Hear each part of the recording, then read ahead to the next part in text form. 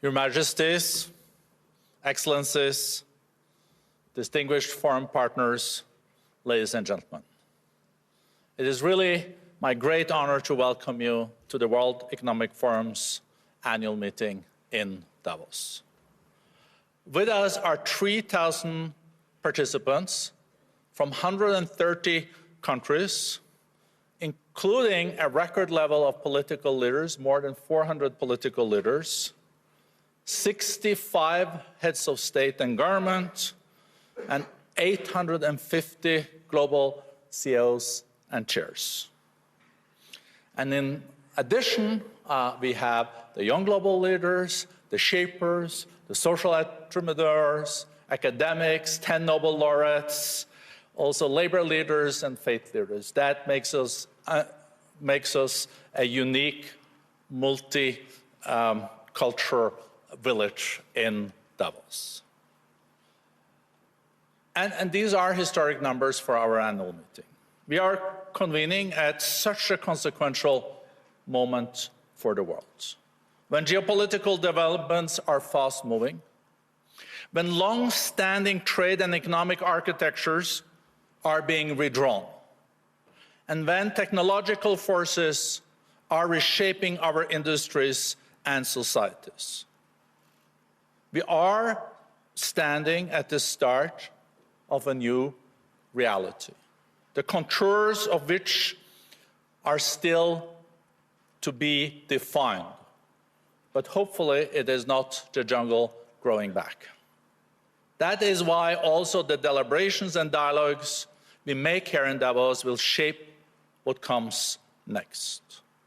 Countries and companies are finding new ways to work with one another, finding the way like water to advance common agendas even in more uncertain times.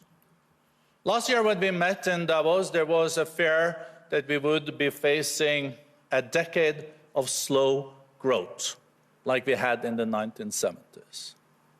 Even with the very difficult geopolitical backdrop, maybe the most difficult one since 1945, we are seeing sustained economic growth. The IMF numbers that came showed 3.3% expected economic growth this year.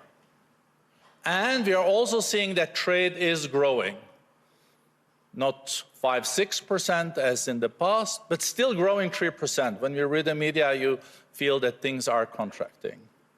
But even more important, why are we less concerned about a decade of slow growth moving forward? It is because of the new technologies. Last year, $1.5 trillion was invested in the new technologies. And if we get it right, the new technologies can be the new driver of growth for decades to come. So maybe we can see decades where we see increased growth, and we can deal then also with the debt level that is the highest since 1945. The foundation of moving forward has to build on cooperation and dialogue. It is the only way to identify shared interests and chart pathways forward together. This is why the theme of this year's annual meeting is a spirit of dialogue. It is really my hope that the week ahead and the year ahead will chart collaborative pathways forward for business and government, and shape a more prosperous and secure era. I'm now pleased to introduce the co-chair of the World Economic Forum and chair and CEO of BlackRock, Larry Fink. Welcome, Larry.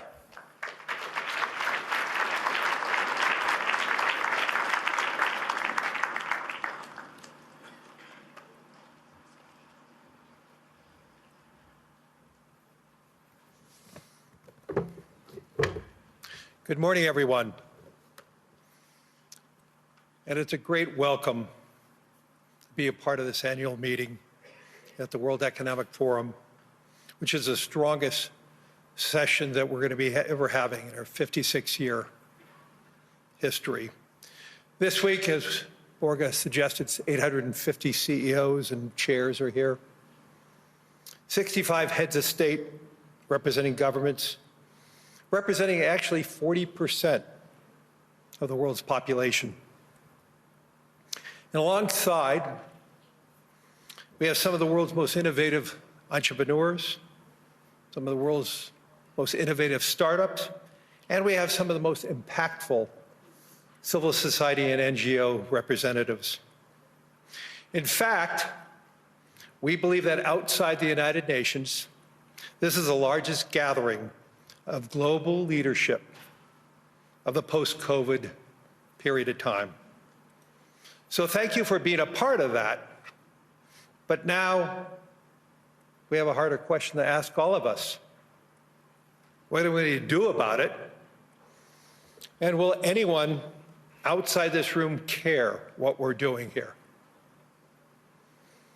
Because if we're honest, for many people, this meeting feels out of step with the moment. We hear all about the elites. And how does that play out in an age of populism? How does an established institution make a difference in an era of deep institutional mistrust? And there's some truth to the critique.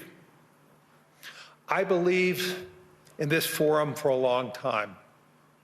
I certainly wouldn't be leading this if I didn't believe that we can change and make the world better.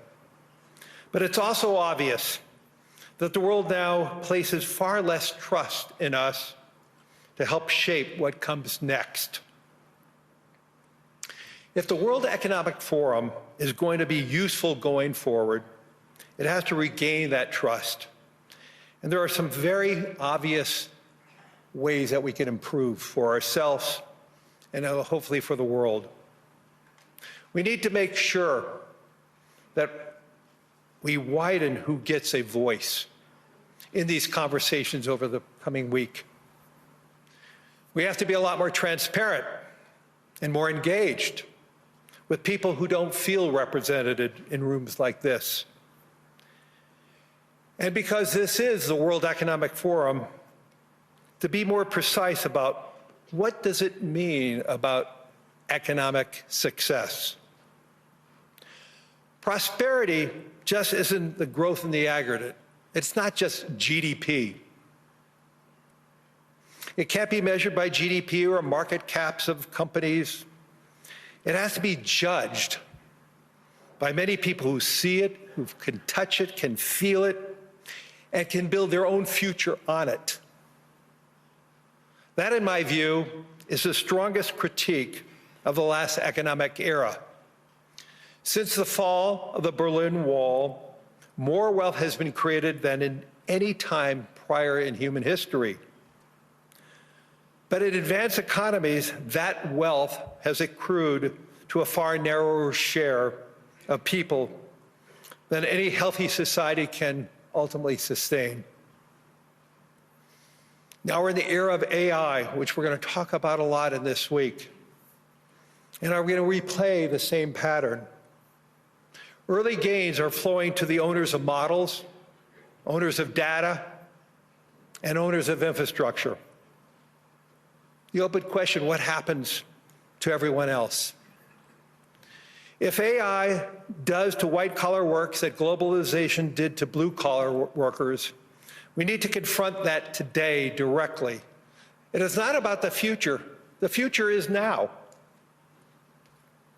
Now with abstractions about the jobs of tomorrow, but with a credible plan for broad participation in these gains. This is going to be the test.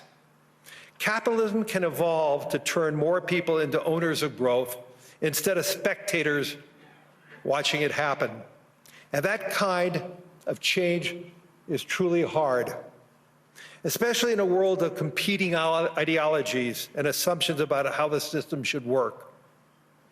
Which brings me to the second way Davos can change who gets invited to these conversations. This forum cannot be an echo chamber, and we should want panels where everyone doesn't always agree.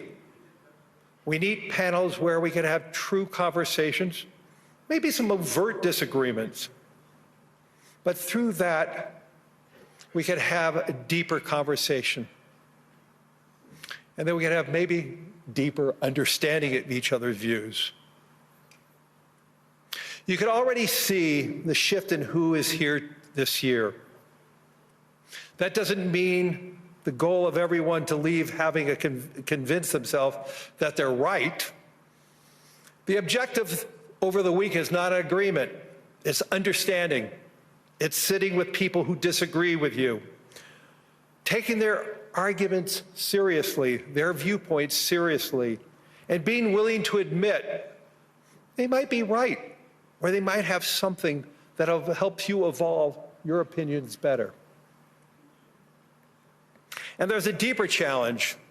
Many of the people most affected by what we talk about here will never come to this conference. That's the central tension of this forum. Davos is an elite gathering trying to shape a world that belongs to everyone. That is why this year's theme is the spirit of dialogue, because dialogue is the only way a room like this can earn the legitimacy to shape ideas for people who aren't in the room. And besides, the world needs some more good faith conversations with people who don't typically talk to one another. I think that most people, at least intellectually, know that finding a common ground with a stranger is a hopeful thing. It restores your faith in humanity a bit. But how often does it actually happen? Hopefully a little more happens now. But how often can we make it happen? Because dialogue, especially the listening half of dialogue, is what the World Economic Forum needs in going forward. We need more of it. For 56 years, the World Economic Forum has been synonymous with Davos, and that's likely to remain true for a long while. But you should also see the World Economic Forum start doing something new, showing up and listening in places where the modern world is actually being built. Davos, yes, but also places like Detroit and Dublin, or cities like Jakarta or Buenos Aires. We need the mountain to visit everyone, to be a part of everyone's life. So in fact, that's why I agreed to take on this role after Klaus Schwab, whose more than a half-century of work, together with an extraordinary, dedicated group of men and women at the World Economic Forum, made this gathering possible. There was an opportunity to make this forum more transparent, and I thought this was the surest way to rebuild trust. When people can see in the room about the debates, about the participation, and about the conversations, and maybe a lot more understanding. That approach may fail in other gatherings. In this one, it's going to work. Planetary boundaries, as highlighted in a planetary health check in September 25 from the Potsdam Institute, the challenge before us is no longer one of just awareness, but of action, making the need for collective responsibility, decisive leadership, and meaningful dialogue more urgent than ever, as Larry just underlined. For over half a century, leaders from across the globe have regularly gathered here in Davos, in Switzerland, to confront the defining challenges of our time. This was done as a community bound by shared responsibility for our collective future. This tradition, born from conviction that the great questions facing humanity demand dialogue against their differences, has never been more vital than it is today. At a moment when the world confronts profound questions about growth, about innovation, about technological transformation, and about our planet's future. At a moment where we need spaces where diverse voices can be heard, where we need just and safe places where diverse voices can be heard. At a moment where complexity must be examined from multiple perspectives so that we gain the insights we desperately need. This is why the World Economic Forum exists. Since 56 years, it is the international organization for public-private cooperation. A space where government, businesses and civil society come together and generate the insights that emerge when different worldviews actively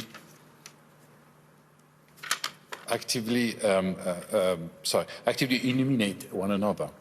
And this matters because in a world that feels increasingly divided, progress depends on our ability to listen and engage across differences. Could I ask my wife to give me the third page, which I left there?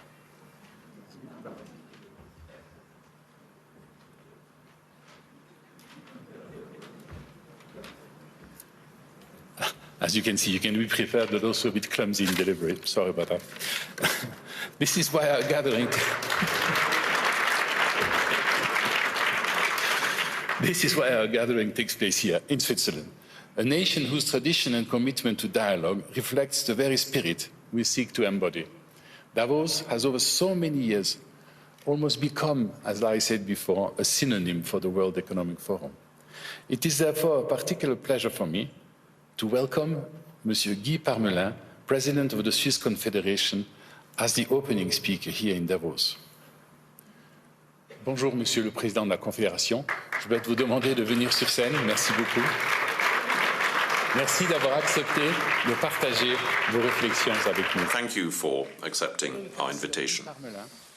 Has been a member of the Swiss Federal Council for over 20 years. He initially led the Federal Department of Defense, Civil Protection and Sport, and since 2019 has headed the Federal Department of Economic Affairs, Education and Research. Mr. President, when you were inaugurated as President by the Swiss Parliament last December, you chose to speak about dialogue. At a time of uncertainty and tension, you reminded Parliament that Switzerland's diversity is not something that sustains itself automatically. It only becomes a strength if we truly listen to one another, if we resist the temptation to dismiss different views simply because they come from another political camp. You emphasized that societies do not move forward through value judgment on others, but through respect for those who think differently. Diverging opinions, you argued, are not an obstacle, but a driver of progress and a source of genuine innovation. This understanding of dialogue, rooted in listening, proximity, respect, and a shared sense of responsibility and humanity, is one that deeply resonates here in Davos. It also reflects the value of the World Economic Forum. Talk and listen to each other, embrace other options and act in a collective interest. The spirit of dialogue.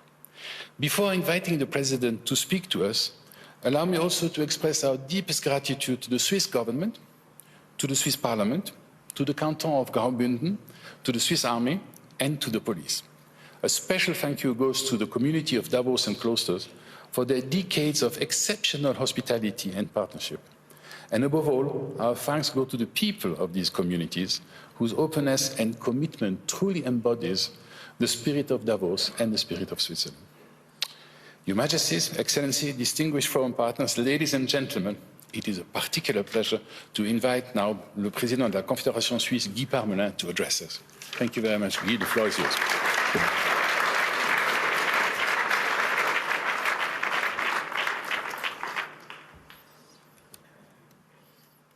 Je vais parler français. Monsieur Hoffmann. I shall speak French. Mr. Hoffman, Mr. Fink, Mr. Bender, Excellencies, ladies and gentlemen. My quality as President of the Swiss Confederation, I'm particularly happy to welcome so many heads of state to this annual meeting of the World Economic Forum. This is particularly meaningful in a year which started with a tragedy for our nation, and Switzerland would like to thank all of the nations concerned for the support and solidarity they expressed during the disaster in Crans-Montana. It is extremely impressive to see how energies can be mobilized by such a disaster, how it can strengthen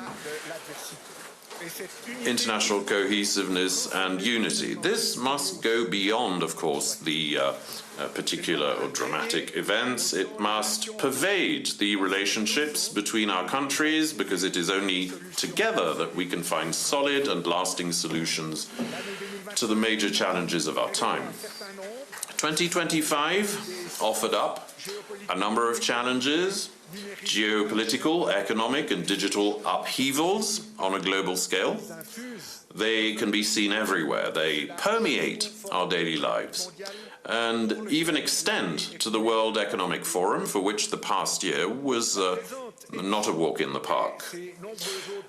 This edition, with its many distinguished guests, attests to the importance of resilience and dialogue in the bedrock of our institutions and their ability to cope.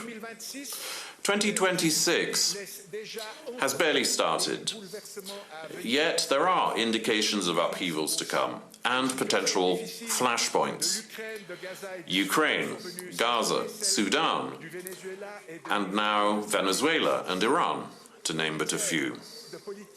In terms of economic policy, protectionism is on the rise all over the world. In addition, there are many unresolved issues about the role and control of artificial intelligence that remain unanswered. This should come as no surprise. For humans, standing still is not an option. Or to quote philosopher Henri Bergson, to exist is to change. This year will be marked by technological advances, as well as economic and security concerns. The rapid rise of AI is set to deeply transform the fabric of our societies.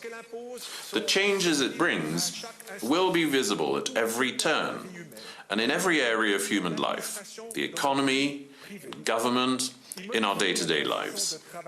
They're changing the way we work, communicate, and make decisions. As such, they present both risks and opportunities. Digital transformation will bring the dangers of cybercrime, disinformation, but also exciting prospects, particularly in the field of healthcare. Technology is never inherently good or bad. It is what we make it. And to make it a positive ally, its users must have a deep sense of responsibility. Change is not just a matter of speed. As Economic Affairs Minister trained in the School of Life, I'm well placed to explain that lasting success depends on early and forward planning. This is a rule that applies to many other sectors, where investments do not generate immediate returns. I'm thinking of research, which also falls under my remit as minister. Long-term thinking is necessary in any situation. It is particularly necessary in times of upheaval. It can help us to drive progress while remaining true to our fundamental values, without forgetting their meaning or their role. Excellencies, ladies and gentlemen, Switzerland draws its strength from the consistency that helps to ensure political stability. Consistency is not a source of stagnation. On the contrary, it is the foundation of progress. Our country is fortunate enough to have an excellent education and research system with a capacity for innovation that recognized far beyond its borders. With its open, export-oriented economy, Switzerland is an integral part of the global economy. The Federal Council is deeply committed to ensuring that our country can continue to participate successfully in the vitality of that economy. One of our current priorities is to stabilize and expand relationships with our most loyal and significant partners. Switzerland also wishes to continue to diversify its international relations, particularly in the areas of trade and science. Even in the current climate, which is prone to protectionism. We believe in the success of free trade and wish to continue expanding our networks of agreement. To achieve this, we must be able to conduct negotiations on an equal footing, yielding good results for the benefit of all parties. Agreements of this kind, which are mutually beneficial, don't happen by chance. We have the ability to build them patiently, one step at a time. Personal contacts and a willingness to engage in dialogue.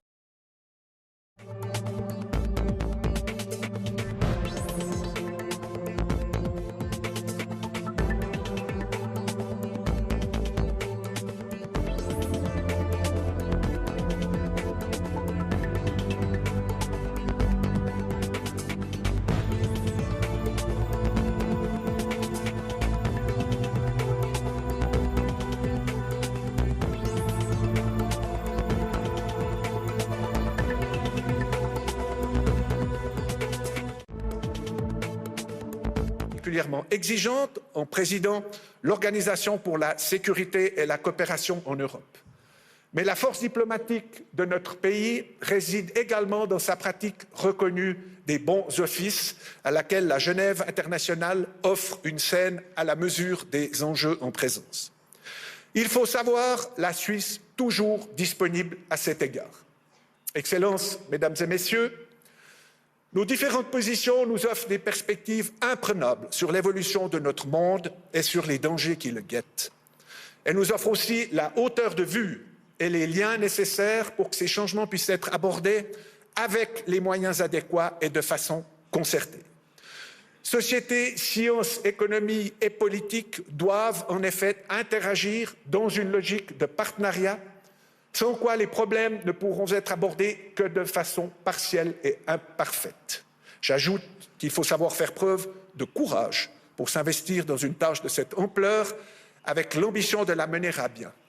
Le courage d'innover, le courage de rester fidèle à ses valeurs, le courage de demander assistance ou conseil si nécessaire, le courage enfin de s'engager dans la durée comme le fait le vigneron face au rythme lent et implacable de la nature. Nous verrons ce que l'intelligence artificielle a à nous offrir. Nous serons certainement encore stupéfaits, peut-être éblouis, mais ce qu'elle ne parviendra jamais à faire, c'est à fédérer les cœurs ou à attirer les mains secourables comme nous l'avons vécu au début de cette année en Valais. La solidarité et l'humanité ne font pas partie du vocabulaire digital. Je veux y voir un heureux présage pour l'avenir. Je vous remercie de votre attention.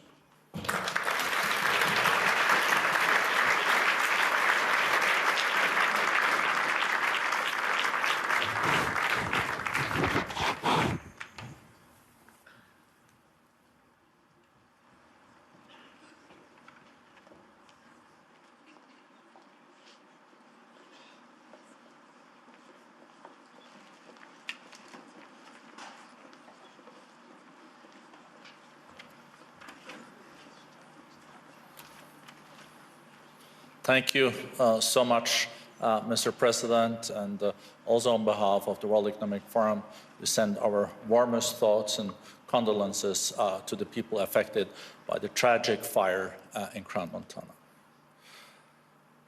Ladies and gentlemen, it is really my great honor to welcome one of the most influential and respected leaders on the global stage today. President Ursula von der Leyen, a stateswoman whose leadership has helped define and shape Europe's direction in an era of historic uncertainty. Madam President, you have guided the European Union with clarity, resolve, and strong sense of purpose through some of the most demanding moments in history. Under your leadership, the European Commission has advanced a bold agenda for strengthening Europe's competitiveness with upholding its core values. As President of the European Commission, you have championed a Europe that is competitive yet fair, open yet resilient. On the global stage, you have been a clear and consistent voice for multilateral cooperation, support for Ukraine, and a rules-based international order. At a time when leadership is tested not only by crisis, but by choices made for the future, your voice offers both direction and reassurance. Please join me in welcoming President von der Leyen. Madam President, the floor is yours.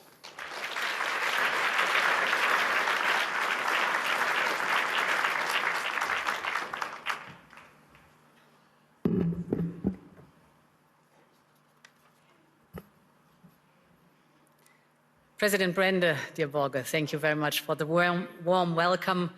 Your Majesties, Excellencies, ladies and gentlemen, indeed, it is now 56 years since the first meeting here in Davos.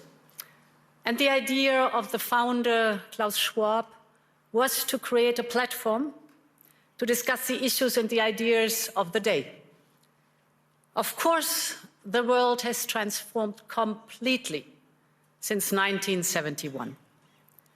But the original idea of Davos has remained, as we just have heard in the speeches. So I was delighted that you have gone back to your roots with this year's theme, a spirit of dialogue. Because this spirit is all the more important in a world that is more fractured and more fractious than ever. 1971 was the year of the so-called Nixon shock and the decision to delink the US dollar from gold.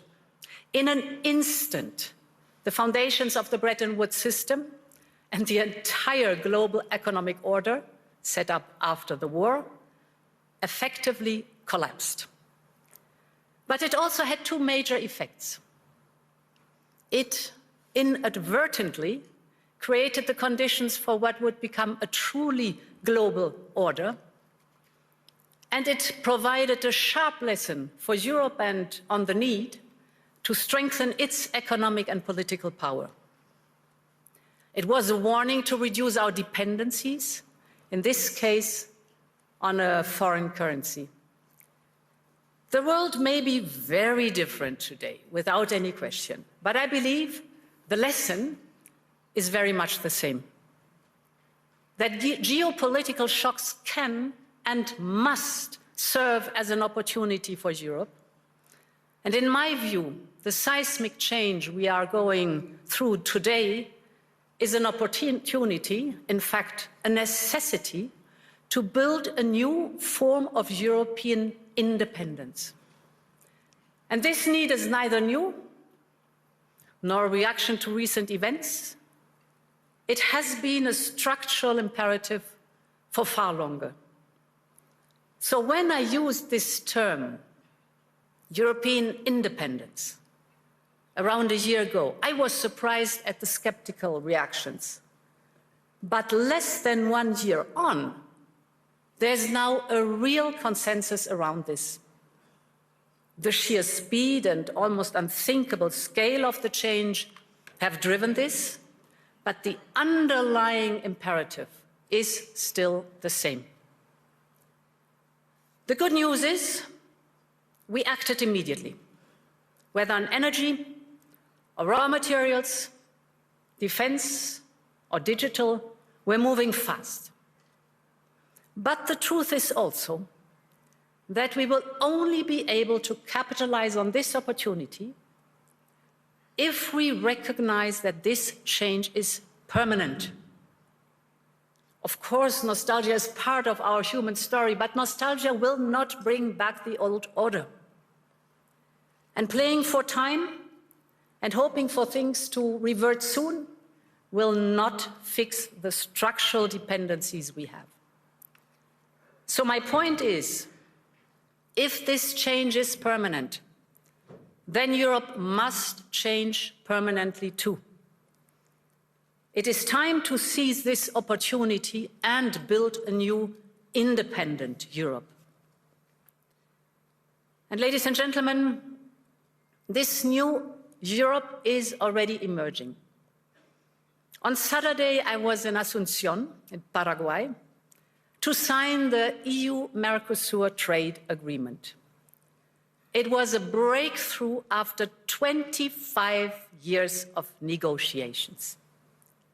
And with it, the European Union and Latin America have created the largest free trade zone in the world, a market worth over 20% of global GDP, 31 countries with over 700 million consumers, aligned with the Paris Agreement.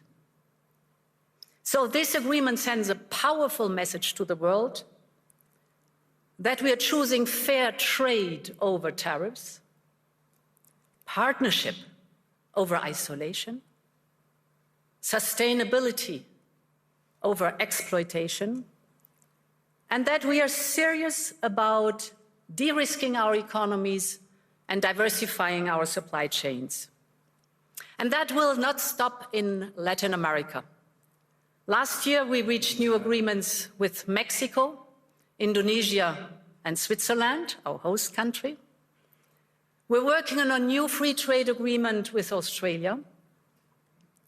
We are also advancing with the Philippines, Thailand, Malaysia, the United Arab Emirates, and more.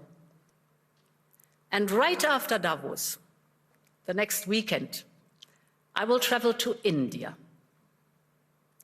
There's still work to do, but we are on the cusp of a historic trade agreement.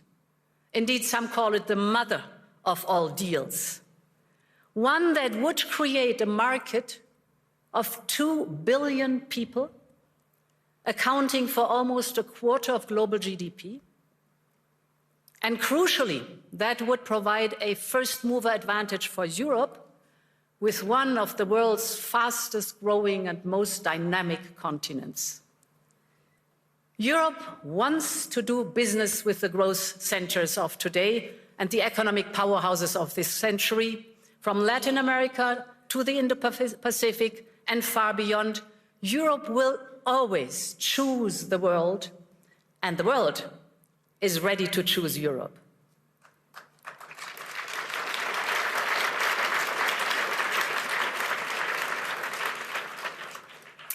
And ladies and gentlemen, this reality also reflects the fact that Europe has all the assets it needs to attract investment. The savings, the skills, the innovation with our AI factories and gigafactories and the applications that are necessary, AI first. What we need now is to mobilize collectively these assets to their full potential and to focus on the essential. So focal point number one is to create a conducive and predictable regulatory environment. We live in an age where capital and data can cross Europe in a second. And business must be able to move just as freely. But as things stand, too many companies have to look abroad to grow and scale up, partly because they face the new set of rules every time they expand into a new member state. So while on paper, the market is of 450 million Europeans open to them, it is far more complicated in reality. And that acts as a handbrake on the growth and profit potential of companies. So this is why we need a new approach. We will soon put forward our 28th regime. The ultimate aim is to create a new, truly European company structure. We call it EU Inc., with a single and simple set of rules that will apply seamlessly over our union, so that businesses can operate across member states much more easily. Our entrepreneurs, the innovative companies, will be able to register a company in any member state within 48 hours, fully online. They will enjoy the same capital regime all across the European Union. And ultimately, we need a system where the companies can do business and raise financing seamlessly across Europe just as easily as in uniform markets like the United States or China. If we get this right, and if we move fast enough, this will not only help EU companies grow, but it will attract investment from across the world. Which brings me to the second focus, investment and capital. We are now building the Savings and Investment Union. We need a large-scale, deep and liquid capital market that attracts a wide range of investors. And this will allow business to find the funding they need, including equity, at lower costs here in Europe. We have made proposals on market integration and supervision to ensure our financial market is more integrated. This covers trading, post-trading and asset management, as well as driving innovation and making our supervisory framework more efficient. This will help ensure that capital flows where it is needed to scale-ups, to SMEs, to innovation, to industry.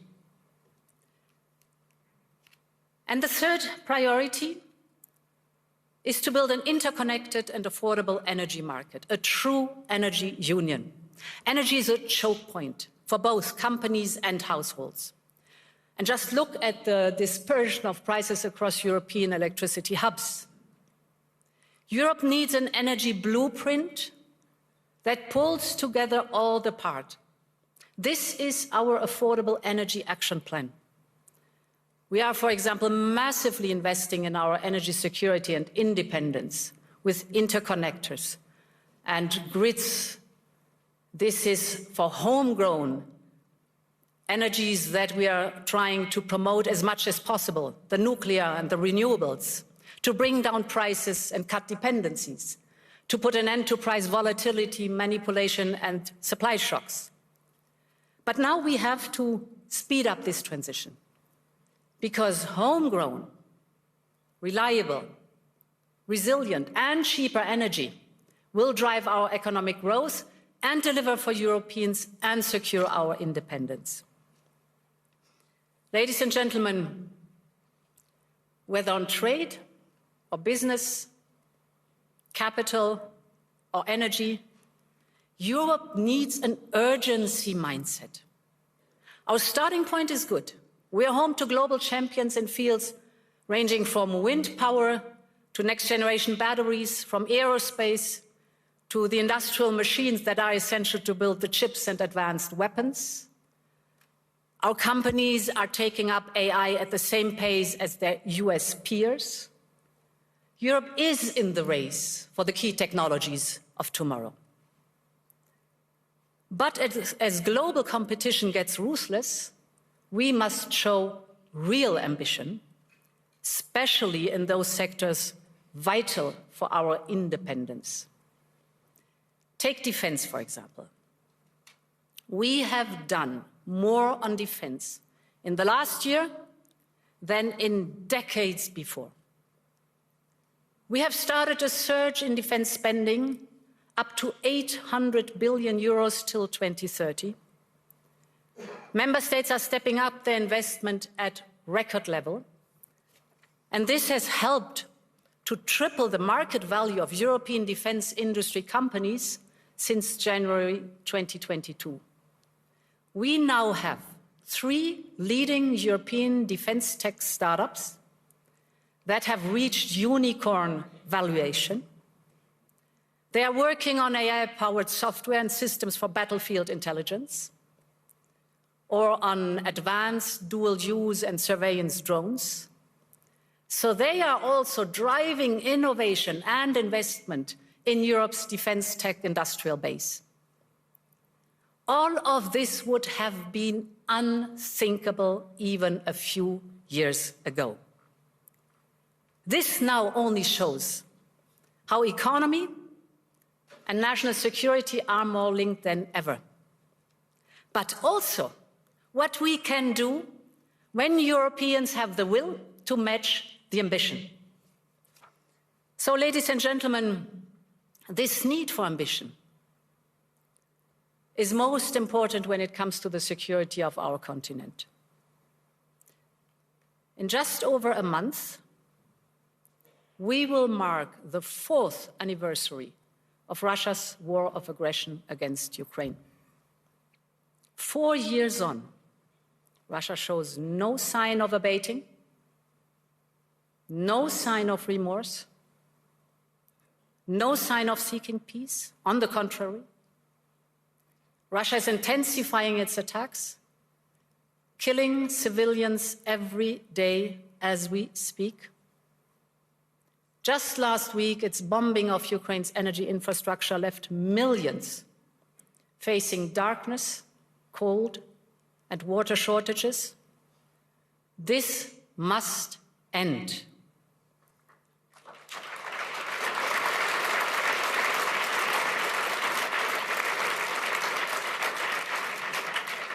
We all want peace for Ukraine. We recognize President Trump's role in pushing the peace process forward, and we will work very closely with the United States. And we all agree that, therefore, Ukraine must be in a position of strength to go to the negotiation table. And this is why we Europeans have decided to provide Ukraine with a loan of 90 billion euros for 2026 and 2027. With this support, we make sure that Ukraine can bolster its defense on the battlefield, strengthen its defense capabilities for a peace agreement, and keep basic services running. Above all, it reaffirms Europe's unwavering commitment to the security, the defense, and the European future of Ukraine. And in parallel, we decided to permanently immobilize the Russian assets, and that we reserve the right to make use of them. This should serve as a stark reminder to Russia and as a message to the world. Europe will always stand with Ukraine until there is a just and lasting peace.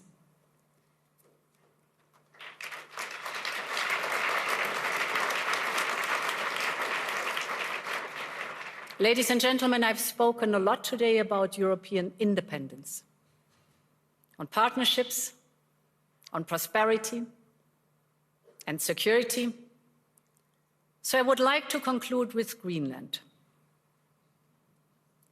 an issue which cuts to the heart of all three of these imperatives. When it comes to the security of the Arctic region, Europe is fully committed. And we share the objectives of the United States in this regard. For instance, our EU member, Finland, one of the newest NATO members, is selling its first icebreakers to the United States. And this shows that we have the capability right here in the ice, so to speak. It shows that our northern NATO members have Arctic-ready forces right now. And above all, that Arctic security can only be achieved together. And this is why the proposed additional tariffs are a mistake, especially between long-standing allies. The European Union and the United States have agreed to a trade deal last July. And in politics, as in business, a deal is a deal. And when friends shake hands, it must mean something. Ladies and gentlemen, we consider the people of the United States not just our allies, but our friends. And plunging us into a downward spiral would only aid the very adversaries we are both so committed to keeping out of the strategic landscape. So our response will be unflinching, united, and proportional. But beyond this, we have to be strategic about how we approach this issue. And this is why we are working on a package to support Arctic security. First principle, full solidarity with Greenland and the Kingdom of Denmark. The sovereignty and integrity of their territory is non-negotiable. Second, we're working on a massive European investment surge in Greenland. We will work with Greenland and Denmark hand in hand to see how we can further support the local economy and infrastructure. Third, we will work with the United States and all partners on wider Arctic security. This is clearly in our shared interest, and we will step up our investment. In particular, I believe we should use our defense spending surge on a European icebreaker capability and other equipment vital to the Arctic security. And fourth, in the same spirit, we need to work with all our regional partners to strengthen our common security. And this is why we will look at how to strengthen our security partnerships with partners such as the UK, Canada, Norway, Iceland, and others. Finally, I believe Europe needs to adjust to a new security architecture and realities that we are now facing. And this is why Europe is preparing its own security strategy, which we plan to publish later this year. And as part of this, we are upgrading our Arctic strategy too. And at the heart of this will be the fundamental principle: it is for sovereign people to decide their own future. Ladies and gentlemen, when I started preparing for this year's address, security in the High North was not the main theme. But in many ways, it feeds into the wider point I started with today. That Europe must speed up its push for independence, from security to economy, from defense to democracy, having the dialogue with our friends and partners, also if necessary with adversaries. The point is that the world has changed permanently and we need to change with it. And therefore, thank you and long live Europe.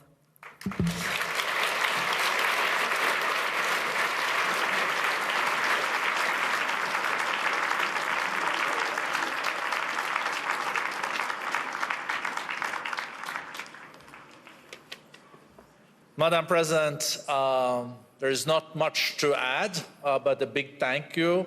Long live Europe, more defense than in decades. The mother of all deals might be around the corner with India. The largest trade deal in the world is between the EU and Mercosur. It is a very powerful and historic speech from Madam President. Please be seated, because now we'll walk Madam President out, and then the Chinese Vice Premier will join us. So a big applause to President Ursula von der Leyen.